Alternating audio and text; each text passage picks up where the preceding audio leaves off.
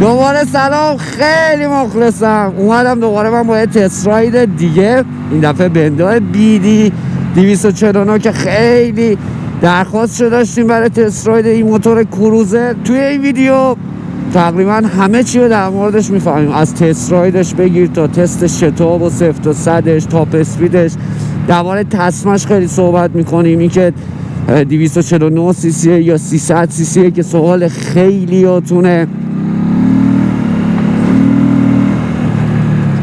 بازارش، خدمات پس از فروشش، چیزای نگهداریش، روغن، قسمت‌های برقیش، خلاصه درباره همه چیه این موتور توی این ویدیو صحبت میشه. پس اگه قصد خرید این موتور یا حتی بندار راکو دارید، تا آخر این ویدیو رو ببینید. شاید کوچیکترین چیز بتونه شما رو منصرف کنه از خریدش یا مصمم‌تر کنه برای خریدش.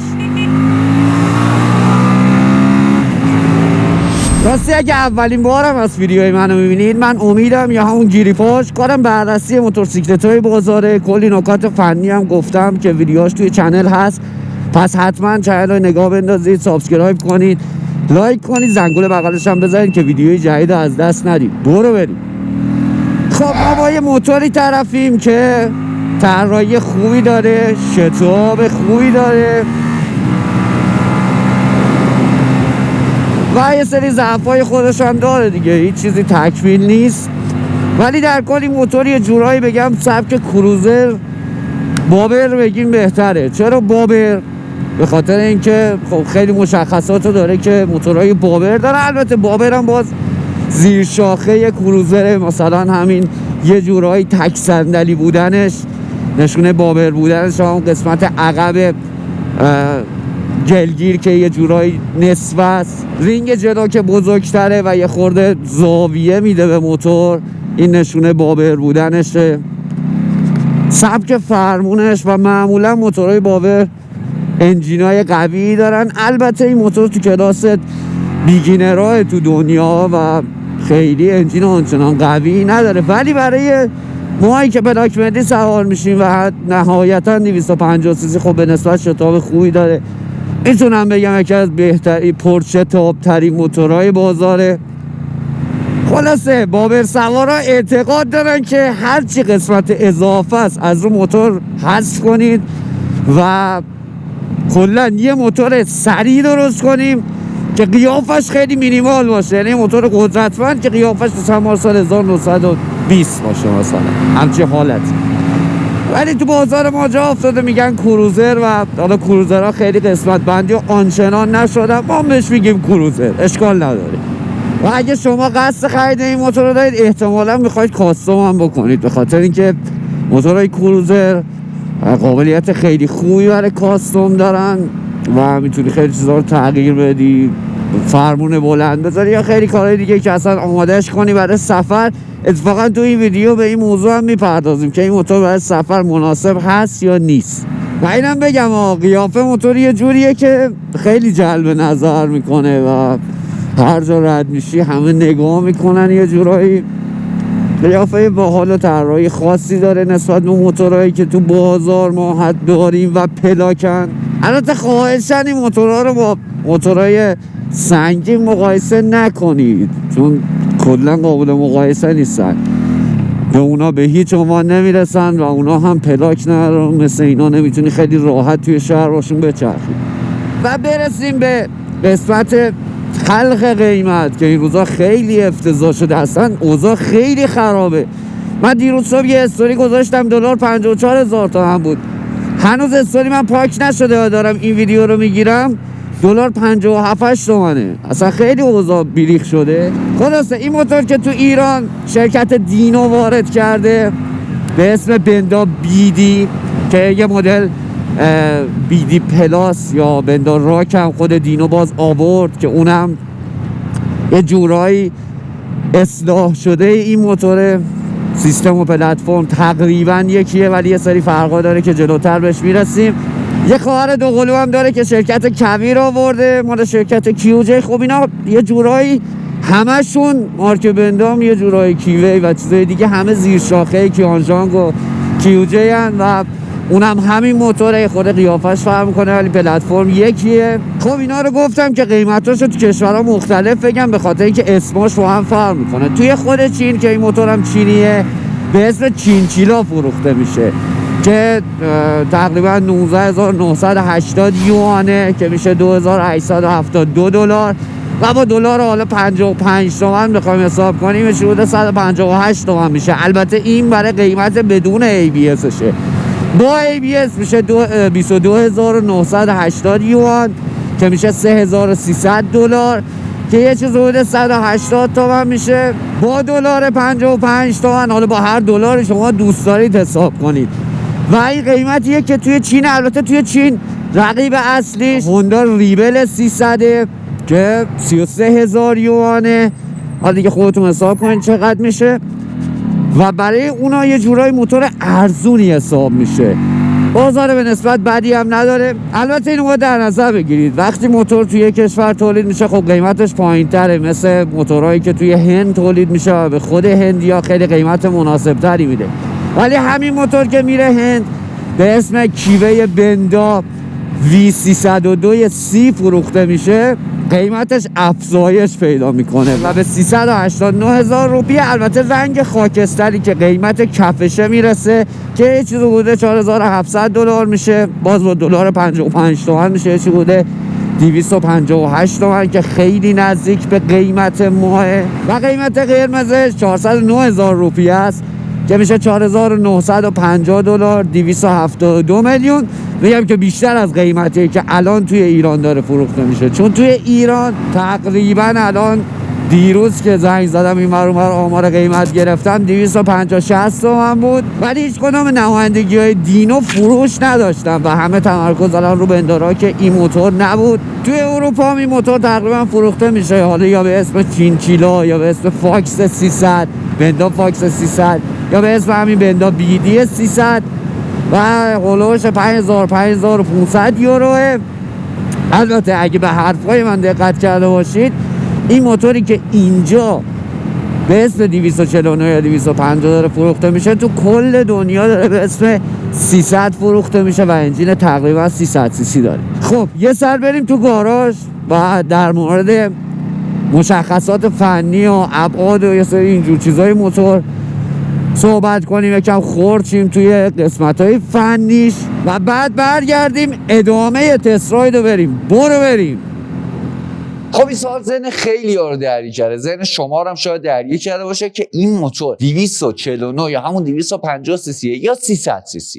خب تا بتونم امروز درباره این موضوع صحبت میکنم و جواب سوالو بهتون میگم. ولی اصلا چرا این سوال به وجود اومد؟ خب شرکت وارد کننده این موتور یعنی دینو یه سری مشخصات از روز اولی که این موتور آورد توی سایتش گذاشت. مثل چی؟ مثل انجین وی شکل 249 cc، حد اکثر اسبش 26 اسب که تو سایت نوشته 20 کیلووات، تبدیلش کنی همون میشه. حد اکثر تورکش رو زده 19 نیوتن متر و یه سری مشخصات مثل ترمز دیسکی و گیری بوکس 6 سرعته و آبخنک و همین. خب از اونورم ما چون تولید کنندش موتوری نیستیم دیگه، وارد کننده مصرف کننده این موتورا میاد اینجا رو هم پیچ میشه و میدیم دست مشتری. پس نمونه‌های خارجی این موتور هم همونجوری که بهتون گفتم توی دنیا موجوده. توی اون مشخصاتش نوشته همون انجین وی 2 سیلندر ولی 298 سی سی با 29.9 اسب بخار توان و 26.9 نیوتن متر گشت‌آور که این موتور نسبت به حالا چند تا موضوع، البته نسبت به توان و گشت‌آوری که زیر پا به آدم میده، آدم این حسو میکنه که این موتور میتونه 300 سی باشه. و حالا غیر از اون من با یکی از حالا افراد شرکت دینو که صحبت کردم، خیلی صحبت کردیم و یه جای اینجوری بهم گفت که تقریبا ما سریای اولیو که آوردیم برای ما بد شد ولی برای مشتری خوب شد. از سریای بعد یه سری تغییرات توش دادیم، یعنی یه سری تغییرات سفارش دادیم که برامون بدن بفرستن. یه اسم 140 هم تا 140 تا اولی همچین چیزی هم اسم آورد. البته برای اثبات این ماجرا باید انجین باز بشه یا مثلا داینو داشته باشی، روی داینو موتور رو تست کنی که ما متاسفانه هیچ کدومون نداریم. این موتور هم من هنوز تعمیر نکردم، نتونستم اندازه بگیرم داخل سیلندر و کورس پیستون و اینا رو که بدونیم چند سیسیه. ولی نسبت به چیزایی که شنیدیم، اتفاقاتی که افتاده، این موضوعاتی که گفتم، اینه که احتمالاً 140 تا اولی که وارد شده همون 300 سیسی هم اورجینال خارجی رو وارد کردن و از سریای بعد یه سری تغییرات توش دادن که یه نمونهش مثلا 2 تا فن شدنشه. به غیر از انجین یه سری تغییرات دیگه هم دادن که بخوام بهتون بگم بخواید تشخیص بدیم مثلا 2 تا فنیال تو اونه که خودشون فنا عوض کردن نه فابریکی باشه. البته قول بهم دادن که یه سری مشخصات از اون موتور جدیدی که تغییر کرده برام بفرستن که هنوز نفرستادم، ولی تا فرستادم تو ویدیو بعدی میگم. پس چنل سابسکرایب داشته باشید که ویدیو بعدی از دست ندید، اون زنگوله بزنید، لایک و اینا یادتون نره دیگه، حمایت کنید. دمتون گرم. خب حالا کاری به حجم و اسباب بخار و گشتاورش نداشته باشیم که خیلی در موردش صحبت کردیم. گفتم این موتور یه انجین وی شکل داره و یه خورده میتونم بگم توان گشتاور بیشتری هم که داره به خاطر انجین وی، چون خیلی نسبت به خطیایی که میلنگ 360 دارن مثل بنری توان بیشتری به اون میده و صداش هم خیلی متفاوته که حالا صداش هم تست میکنیم. ولی یه سری حالا بدیام داره، مثل چی؟ مثل اینکه شما 2 تا سرسیلندر داری و اگه خرج بیاره 2 تا سرسیلندر رو باید هزینه کنی براش، حالا بخری واشر، بخری میلنگ و این چیزا.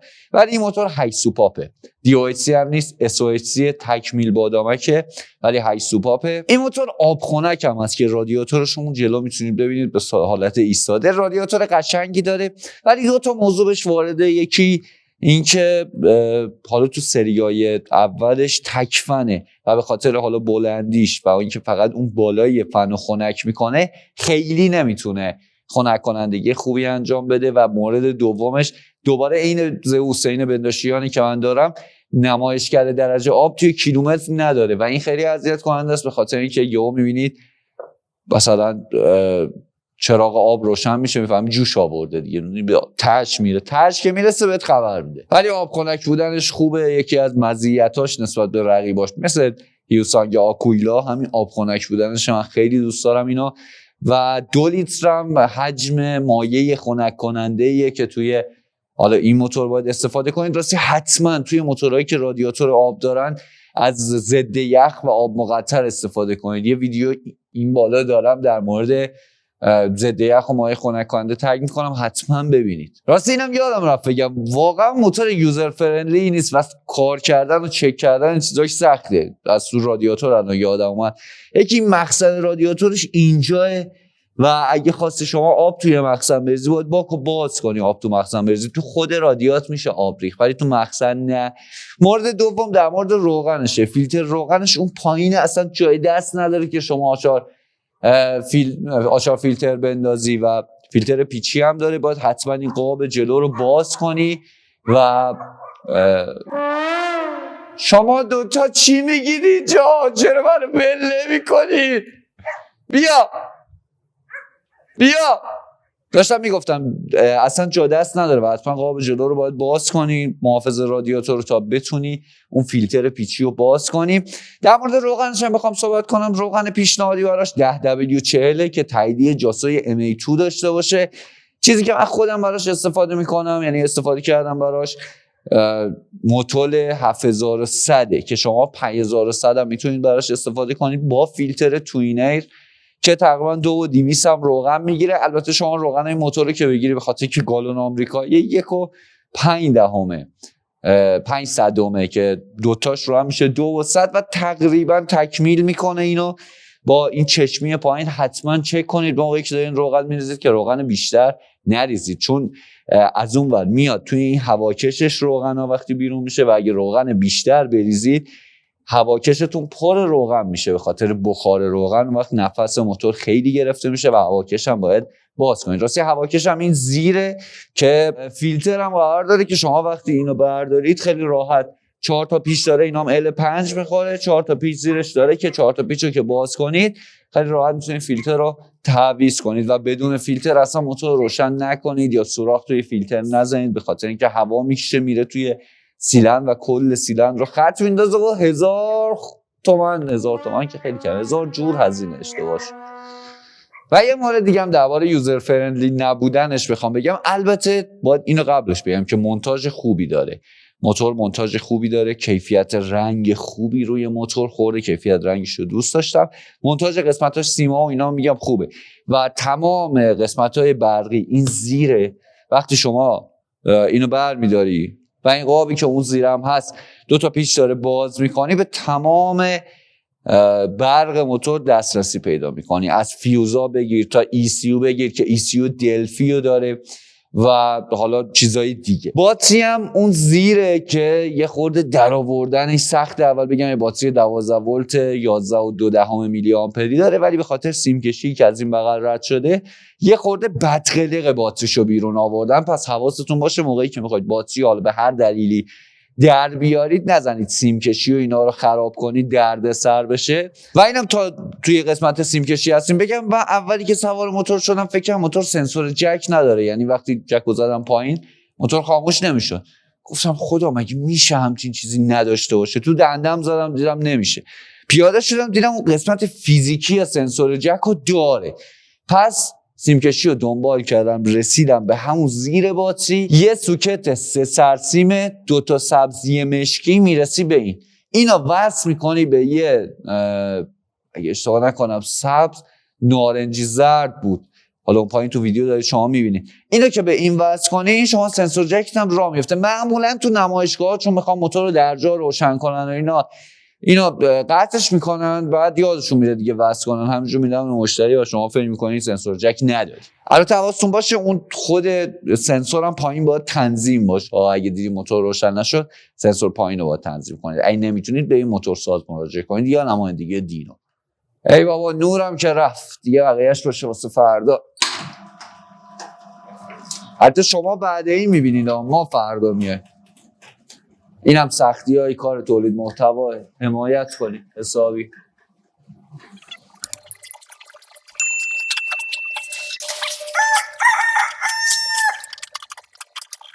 خب دوباره برگشتیم. 2 تا رینگ روی موتور داریم. رینگ آلومینیومی که یه جورایی برگرفته شده از پیکانه. البته پیکان ایران خودرو نه، پیکان زیرو کمون، اون آرو. رینگ جلو بزرگتر از رینگ عقبه. رینگ 16 رو جلو داریم با لاستیک 120/80 و رینگ 15 رو عقب داریم با لاستیک 150/80 که هر 2 تا لاستیک از مارک تیمسونن. لاستیک‌های پهن و خوبیه، خیلی قیافه خاصی موتور داره و مارکش هم تیمسونه. از لحاظ کیفیتی مارک تیمسون که چینیه جورایی بهتر از ایرانیه، ولی خیلی نه آنچنان کیفیتی باز نداره و تو بارون لیز میخوره. پس به فکر باشید 2 تا لاستیک خوب برای موتور بندازید، ولی بهتون پیشنهاد میکنم فاق لاستیک‌ها رو زیاد نکنید به خاطر اینکه توی هر 2 تا گلگیر گیر میکنه. ترمزای دیسکی هم داریم، هم جلو هم عقب و ABS 2 کاناله روی این موتور فعاله. هم قسمت‌های فیزیکی ABS رو روی چرخ‌ها داریم، هم توی ECU براش تعریف شده. جلو تک دیسک با دیسک 300 میلیمتری و عقب دوباره تک دیسک با دیسک 240 میلیمتری که ترمزگیری به نسبت بدی نداره. توی تست رایت خیلی در موردش نظر میدم. خب شرکت وندا کمک فنر معکوس رو برای جلو گذاشته که قابلیت جابجایی 120 میلیمتر رو داره و 2 تا کمک روغنی قابل تنظیم برای عقب که بد نیست، خیلی هم خوب نیست. میگم تو تست رایت قشنگ بهتون میگم دنیا دست کیه روی این مورد، ولی عقب خیلی بازی میکنه. چراغای موتور هم تماما LED از راهنما تا چراغ جلو که چراغ قشنگیه. اون نئونی که خورده و مارک بندا نوشته شده خیلی جذابه.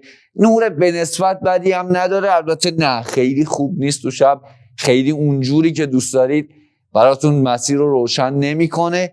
قابلیت تنظیم هم داره که میتونید بالا پایین انداختنش رو تنظیم کنید. یه تک چراغ دوباره LED و عقب داریم که قیافه شیکی داره. یه باک 15 لیتری هم اینجا داریم که قیافه قشنگی داره، مارک بندا قشنگ اینجا نوشته شده، کیفیت رنگش هم خیلی خوبه. ولی از لحاظ 15 تا بودنش من مطمئن نیستم، چون 2 بار من توی موتور بنزین زدم، با اینکه بنزین حساب کردم خیلی توش نیست، 7-8 تا بیشتر نگرفت. حالا اگه بچه‌ها کسی تست کرده اینا، یعنی باک خالی و بنزین زده، تو حتما کامنت کنه برامون که چند تا بنزین میگیره. و به خاطر تراکم 11.5:1 که داره حتما از بنزین سوپر توی این موتور استفاده کنید. البته اون مدل 300ش تراکم 11.5:1 داره، چیزی روی 250 که گفتن تغییر کرده به اون نگفتن هنوز. ولی خب احتمال اینکه نسبت تراکم هم تغییر کرده باشه، چون با هر روشی هم تغییر بدن، حالا چه پیستون رو کم و زیاد کنن، کوچیک بزرگ کنن، سیلندر رو بوش بزن یا هر چیزی، بالاخره روی نسبت تراکم تاثیر میذاره. اگه اونم چیزی به دستم رسید روی 250 بهتون میگم. از لحاظ ابعادم خیلی موتور بزرگی نیست، حالا قیافش خیلی عضلانی طور و ماسل طور میزنه ولی خیلی بزرگ نیست. 2 متر و 10 سانت طول موتوره، 1 متر و 420 یعنی 1 متر و 42 سانت فاصله 2 محور، یعنی از چرخ تا چرخشه. 87 سانت عرض موتور، 1 متر و 30 ارتفاعش. کمترین فاصلهش تا زمین 15-16 سانته که فاصله خیلی کمی، حواستون باشه توی اکثر چیزا گیر میکنه. و فاصله زین تا زمینش خیلی کمه، فاصله زین تا زمین 69 سانته که برای اکثر قدم مناسبه. من قدم 180 و 2 تا پام که خیلی راحت تو زمینه، کلیشم حتی توی نشستن اضافه میاد، قدر حتی 160 هم دارید، خیلی راحت 2 تا پاتون روی زمینه. زینش هم به نسبت زین بدی نیست ولی نفر دوم خیلی روش راحت نیست و مخصوصا به خاطر شتابی که داره ممکنه نفر دوم از عقب بیفته، مخصوصا به خاطر شیبی که زین عقب داره. حتما از پشتی برای نفر دوم استفاده کنید. البته میتونید از حالا زینایی که دستا ساخته شده برای نفر دوم استفاده کنید، یعنی جوری زینو 2 نفره میکنه. اما چند تا نکته وجود داره با توجه به اینکه این زین باز راحت تره، یعنی هم برای سرنشین هم برای نفر دوم خیلی فضای بیشتری برای نشستن داره. حالا به غیر از اون شتاب و پشتی گذاشتن، شما وقتی 2 نفره از این موتور استفاده میکنی یا مثلا حمله بار داری، به خاطر ارتفاع کم گلگیر عقب و پیچی که توی گلگیر داره که داری تو تصویر میبینید، این پیچ تو تمام دست اندازه یا میاد اصلا پایین گیر میکنه به لاستیک و یه خط خیلی بد رو لاستیک میندازه که الان باز دارید لاستیک رو میبینید، خیلی زود لاستیک رو مستهلک میکنه و خیلی هم خطرناکه، شاید یه بار یه جا بترکه و اذیتتون کنه. موقعش هم از این میکروفون رو گرفتم دستم به خاطر همینه که صدای اگزوزم با هم بفهمیم. کلا انجینای وی صدای دور اسلو یا دور آرام یا درجاشون به نظر من خیلی جذاب تره. باز نظر شما چیه؟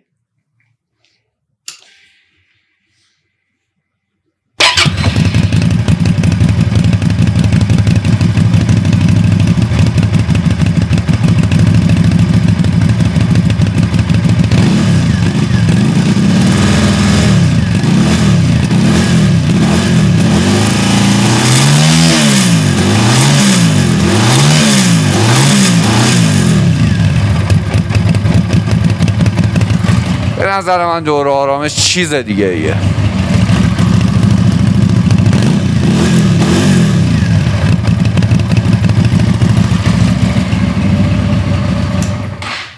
دیگه صدا بس، بریم سراغ سیستم انتقال قدرتش. خب این موتور یه گیری باکس 6 سرعته داره که دنده‌ای هم هست و با کلاچ دنده میدی، ولی سیستم انتقال قدرتش به چرخ برعکس اکثر موتورها، تقریبا همه موتورهایی که تو ایران البته به غیر از اتومات‌ها سیستم تسمه رو داره که به وسیله یه تسمه 2 تا پولی کوچیک و پولی بزرگ نیرو انتقال میده به چرخ عقب. خیلی در مورد تسمه توی ویدیو موقع تست رایدش صحبت میکنم، خیلی این هست که تسمه بهتره زنجیر و خیلی چیزای دیگه، پس حتما ویدیو رو تا آخر ببینید. خب این موتور 1 کیلومتر دیجیتال گردم داره که یه جورایی طراحی کلاسیک و باحالی داره و اطلاعات بیسیک و پایه رو بهتون نشون میده در اصل، مثل بالا مقدار کیلومتری که تا الان رفتین، ساعت، کیلومتری که دارید حرکت میکنید، RPM و چراغ چک و راهنماها و چیزای دیگه که عادیه. ولی مثلا نمایشگر درجه آب نداره که این خیلی بده، آمپر سنج نداره که اینم اگه داشت خیلی بهتر بود. راستی بهتون پیشنهاد میکنم این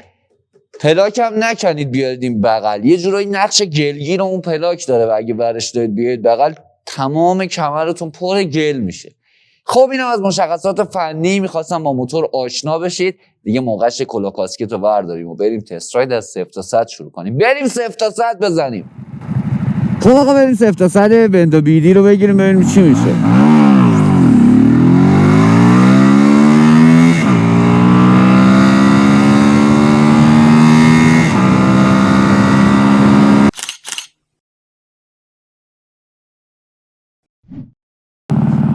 برای دور درجاش به نسبت بد نیست، ولی خیلی توقع استریت نباید داشته باشه.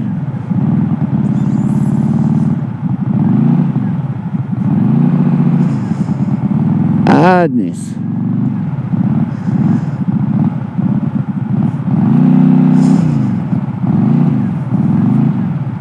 ولی خیلی هم خوب نیست. یه دور دیگه میشه زد. خود کنترلش سخته. خب درباره هندلینگ موتور بخوام صحبت کنیم، شما اولی که پشت موتور میشینی حس می‌کنی رانندگی باهاش خیلی سخته. یه جورایی هم درست فکر می‌کنی هم درست فکر نمی‌کنی، به خاطر اینکه نمیشه انتظار موتورهای استریت داشت. اصلا سبک این موتور فرق میکنه و توی شهر یه خورده قابلیت مانور پذیریش کمه، خیلی آنچنان نمیشه لایی کشید مثل استریت. البته شتاب خوبی داره که جبران میکنه، شما یه سبقت بخوای بگیری راحت میتونی بری، ولی تو ترافیک و اینا فرمون پهنی هم داره، یکم اذیت کننده است، ولی وقتی میفتی توی جاده خیلی اوکیه. تو جاده بهتره و قابلیت کنترل کردن موتور رو داری، ولی گفتم برای افراد قد کوتاه خیلی مناسبه، به خاطر اینکه دو تا پا راحت روی زمینه. ولی باز سنگینی موتور اذیت میکنه. تقریبا 167 کیلو وزن خشکشه، 15 تا بنزین میگیره، 2 لیتر هم ضد یخشه حدوداً. بگو چند؟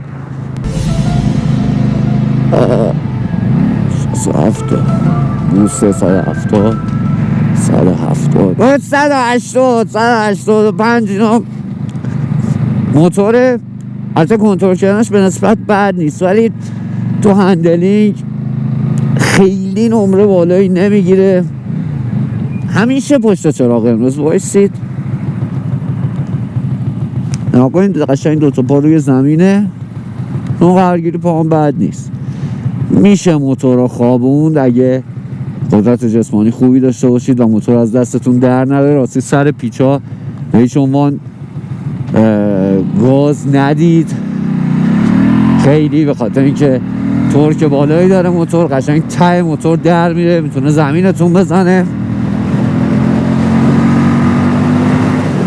ترمزایی به نسبت خوبی هم داره، حالا ماشین پشت سرم نباشه ترمز بزنیم خیلی راحت میتونیم وایسید. ترمزای ABS خوبی داره که اینجوری راحت میتونید وایسید.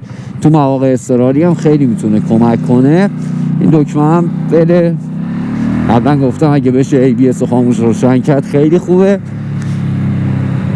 البته نمیشه گفت هندلینگش نمره بدی میگیره، متفاوته، باید به این سبک عادت داشته باشید.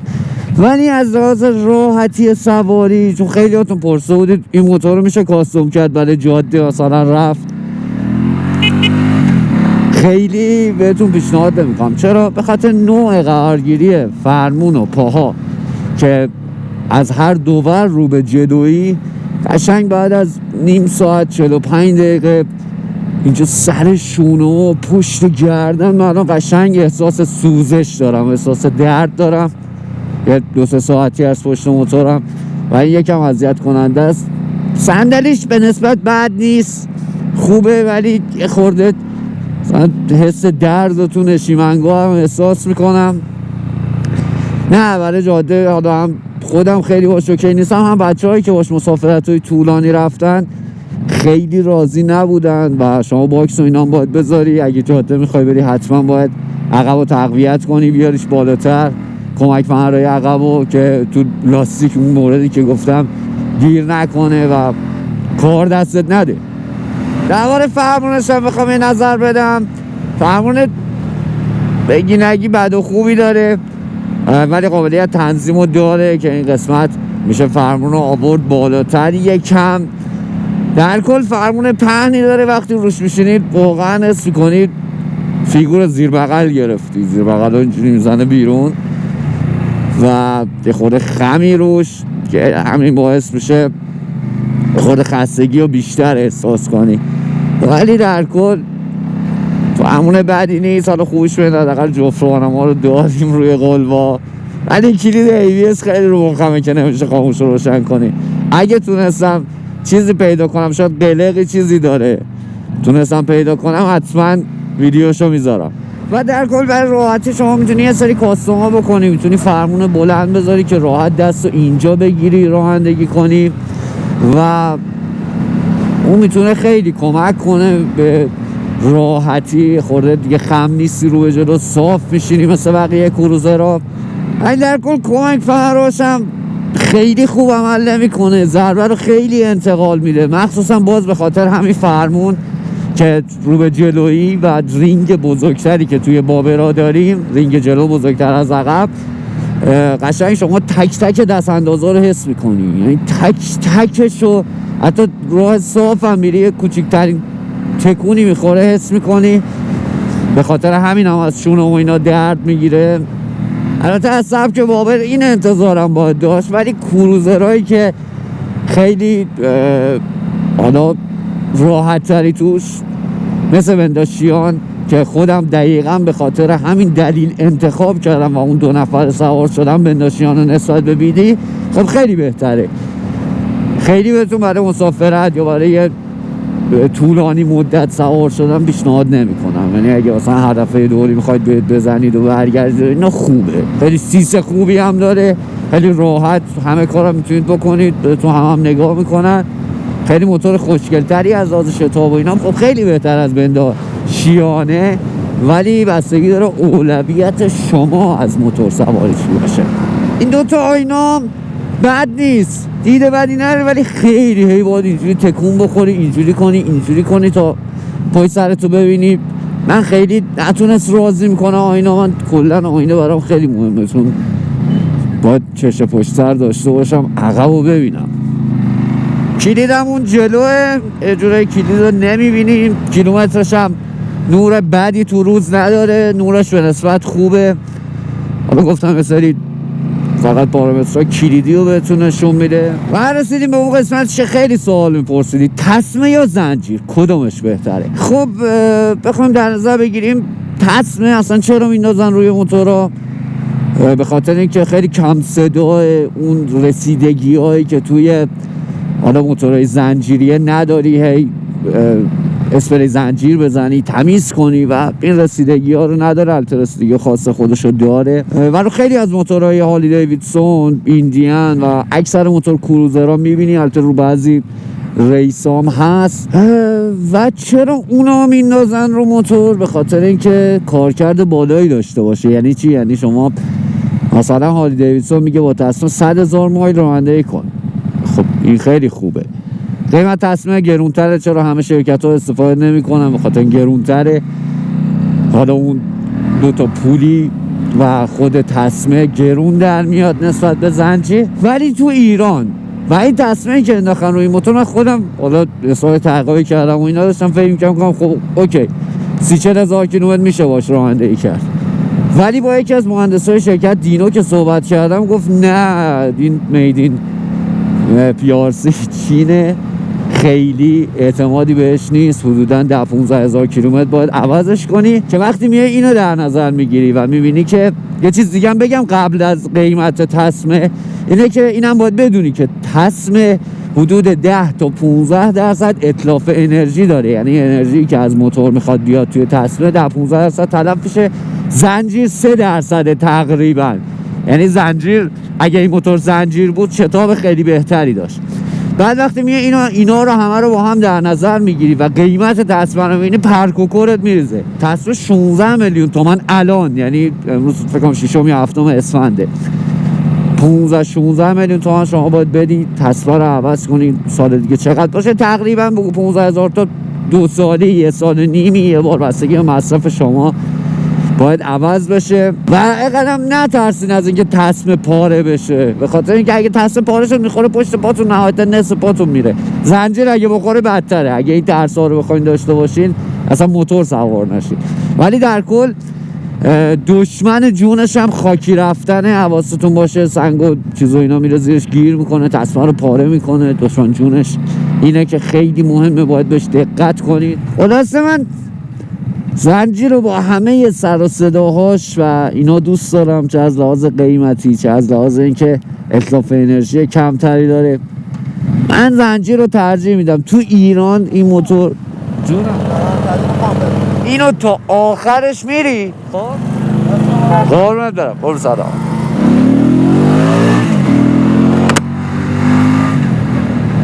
خب چی داشتم میگفتم من زنجیر رو کلا ترجیح میدم. تو ایران خیلی زنجیر تسمه نمیتونه مزیت باشه، مخصوصا با این قیمت ها و اینا زنجیر بهتره.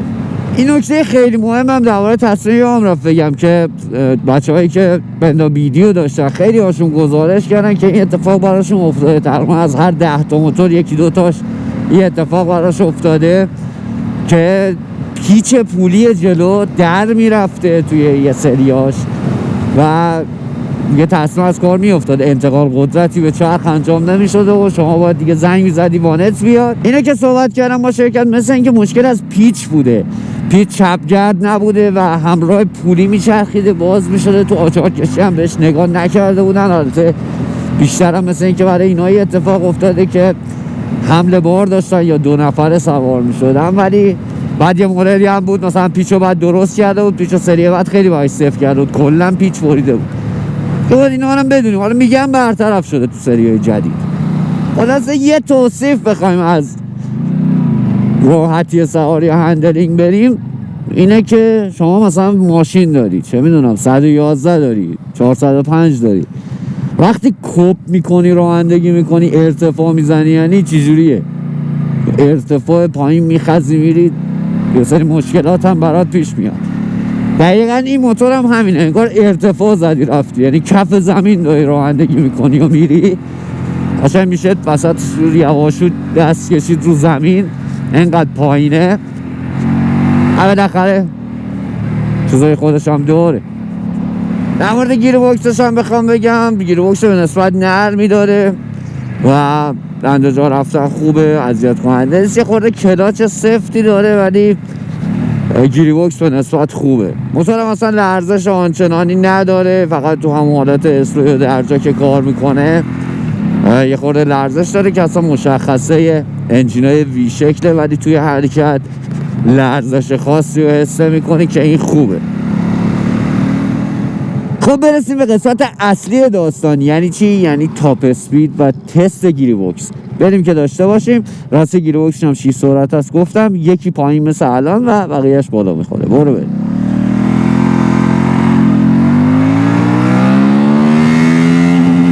شصت تا کاتاف دنده 1، 96 تا کاتاف دنده 2،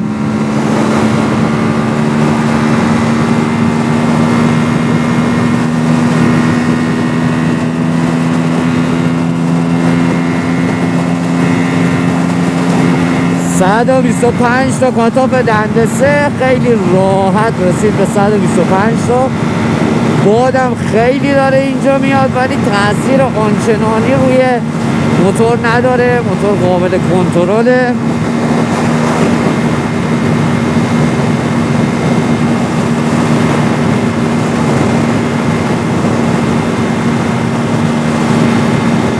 الان که میبینید جوری خیلی باده اینجا داریم، نمیذاره موتور بره. سینه کشی هم هستیم یه جورایی. بریم جلوتر. من روی اون سمت بکم کنم.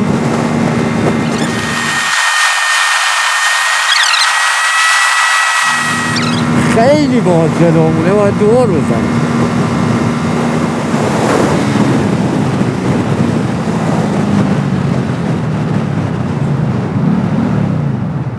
و اینجا میرسیم به ترمزهای خوب. با اینکه من دیر ترمز کردم ولی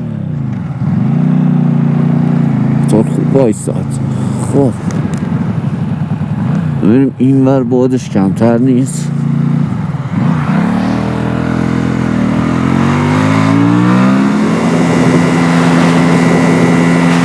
خب 140 تا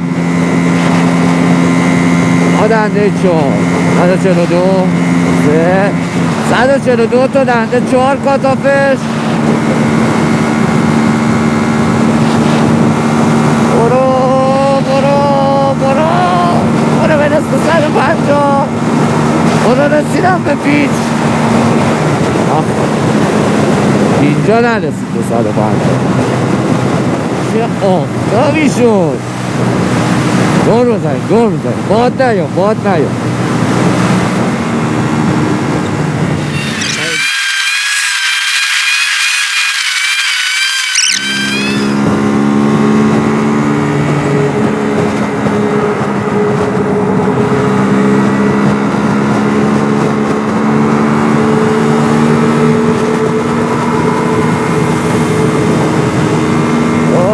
سوار کنار.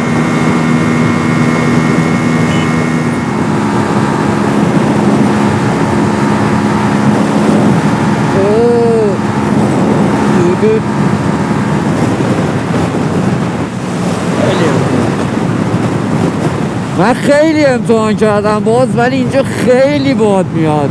آخرین سرعتی که باش رفتم همون 144 تو دنده 4 بود، تو دنده 5 بود و نتونستم متاسفانه بیشتر باش برم چون خیلی باد شدید میاد اینجا.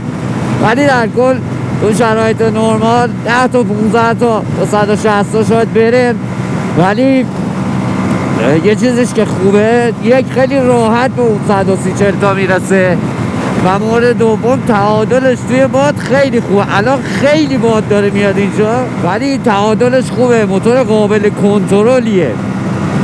اما این موتور یه قابلیتی داشت که خیلی دوستش داشتم، اینه که شما وقتی موتور خاموش میکنی سویچو میبندی هنوز فن داره کار میکنه که به اون دمای نرمالی که باید موتور رو برسونه، یعنی فنش یه سره به خود باتری وصله و ایسیو دستور میده که حتی اگه موتور خاموشه فن کار کنه، که این نکته خوبی بود. در مورد خدمات این موتور هم بخوام بگم، شرکت دینو نمیدونم چی بگم، یه بار قطعات داره یه بار نداره که اون قسمت دومش معمولا غلیظ تره. یه بار مثلا این قطعات هست اون نیست. بعضی موقع مثلا من دیروز زنگ زدم میگه یه دونه تصمیم ما داریم، یه دونه. خب بالاخره هوندا نمیشه دیگه، طرح هوندا نمیشه، وسایلاش سخت‌تر گیر میاد و باید دنبالش بگردیم. چیزای مصرفیشو میشه این ور اون ور مثل روغن و فیلتر و اینا گرفت، فیلتر هواش و اینا هم شرکت داره، ولی امکان داره که به مشکلات قطعات بخوری، احتمالش هم زیاده. خب در کل بخوام یه جمع‌بندی بکنیم این موتور رو، این موتور تو سبک کروزر که شتاب خوبی داره و به خاطر شتابشه که این همه طرفدارم پیدا کرده و قیافش طراحی خوبی هم داره، ولی راحتی سواریش خیلی خوب نیست. اگه میتونه اذیتتون کنه راحتی سواریش یا کنترلش، مخصوصا قسمت فرمونش، ولی دستتون خیلی بازه برای کاستومایز. تقریبا یکی از بهترین کروزرهای ایرانه، پرشتاب ترین کروزر ایرانه 100%. یکی از بهتریناش. حالا بندارا که بریم برای بررسیش شاله چند روز دیگه، اون میتونه گزینه بهتری باشه اگه اون تغییراتو نکرده باشه و همین شتابو داشته باشه. اگه این شتابو نداشته باشه خب نه دیگه. اگه اونجوری باشه خیلی به نظرم ارزش خرید نداره. حالا باید تستش کنم، احتمالاً به زودی هم برم سراغش برای تست کردنش. ولی در کل اگه قیمت همین 250 تومن مونه و بنلی بخواد 200 بنلی جنب بخواد 254 تومن باشه، خب به نظر من این خیلی گزینه بهتریه. ولی در کل با این درآمدهای ما خیلی نمیارزه. دمتون هم گرم که تا اینجای ویدیو بودید. اگه صاحب موتورید حتما کامنت بذارید، نظرتون رو بگید، تجربتون رو بگید از استفاده که بچه ها بخونن بهشون کمک کنه و چنل رو سابسکرایب داشته باشید چون همیشه چیزی برای یاد گرفتن هست. این ویدیو رو هم لایک کنید. به خدا من 5-6 روز درگیر همین یه دونه ویدیو بودم تا بیام سناریو بنویسم، ویدیوهاشو بگیرم، خود موتور رو آچار کشی و تعویض روغن و اینا انجام بدم و ادیت. پس حمایت کنید. دمتون هم گرم. 2 تا ویدیو دیگه هم بهتون پیشنهاد میکنم، هر کدومو دوست داشتید ببینید. خلاصه ما خیلی مخلصید. چی میگه؟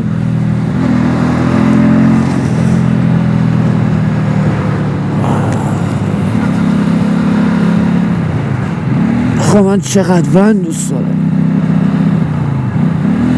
فولکس واگن ترانسپورتر. من ون دوست دارم.